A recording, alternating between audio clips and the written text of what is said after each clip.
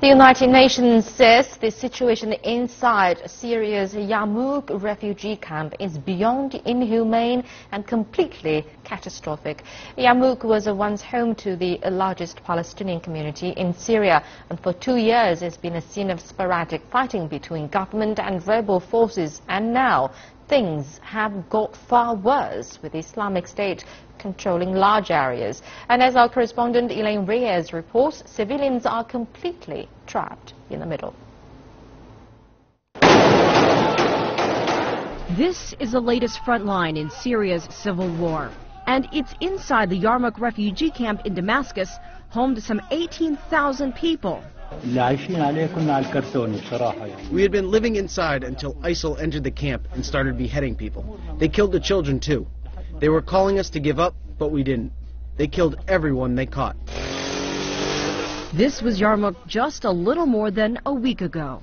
Relative safety inside a neighborhood that's largely been reduced to rubble.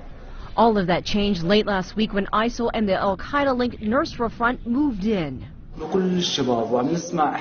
heard that they are beheading all young men.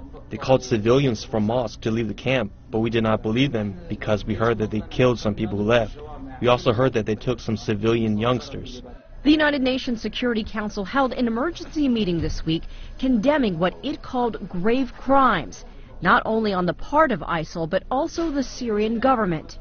The London-based Syrian Observatory for Human Rights said the Bashar al-Assad government has dropped barrel bombs on the camp in the past 3 days. The members called for the protection of civilians in the camp, for ensuring humanitarian access to the area, including by providing life-saving assistance, and ensure safe passage and evacuation of the civilians.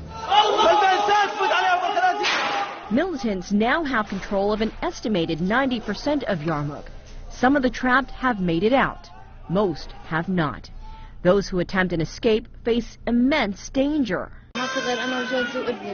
We wondered how to avoid the snipers who were shooting at our lane. They told us to run beside the walls only, but the snipers started to shoot at us until our neighbors helped us to cross.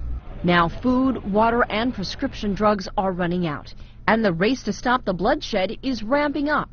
But in a country embroiled in so much violence, many say Yarmouk is just one more sad story with an uncertain outcome in a country defined by its misery.